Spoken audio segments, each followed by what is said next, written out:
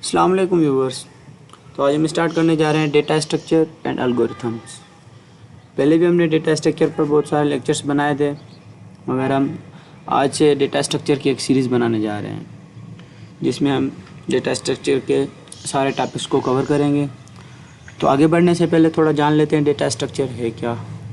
ठीक है, तो दोस्तों डेटा स्ट्रक्चर किसी भी कंपटीशन या किसी भी कॉम्पिटिटिव एग्ज़ाम्स के लिए बहुत ही इम्पोर्टेंट है। आप अगर कहीं भी जा रहे हैं किसी कंपनी में इंटरव्यूज़ के लिए या कहीं भी जॉब के लिए जा रहे हैं तो डेटा स्ट्रक्चर वहाँ पर बहुत अहम रोल प्ले करता है। इसलिए आईटी और कंप्यूटर साइंस वालों के लिए डेटा स्ट्रक्चर बहुत ही इम्पोर्टेंट है। तो चलते हैं हम अपने टॉपिक की तरफ। So what is data? Data are raw facts, unorganized fact that need to be processed.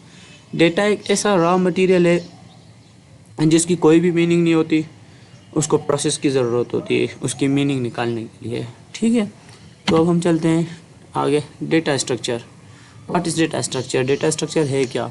N organized arranging for storing and managing data to enable effective manipulation and retrieval. ठीक है, तो दोस्तों डेटा स्ट्रक्चर एक ऐसा वे है data को organise करने का, अरेंज करने का, डेटा को मैनेज करने का, to the store in the memory.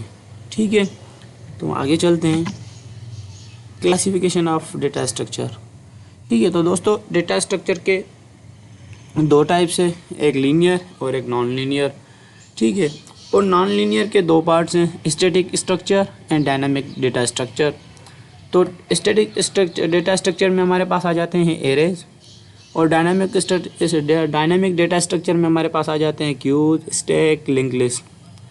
ठीक है दोस्तों, अब ये स्टैटिक और डायनामिक डेटा स्ट्रक्चर क्या होते हैं? तो दोस्तों स्टैटिक डेटा स्ट्रक्चर हमारे पास वो होते हैं जिसमें हम चेंजिंग कर सकते हैं, और डायनामिक हमारे पास डेटा स्ट्रक्चर ऐसे होते हैं जिसमें हम चेंजिंग नहीं कर सकते प्रोसेस के बाद।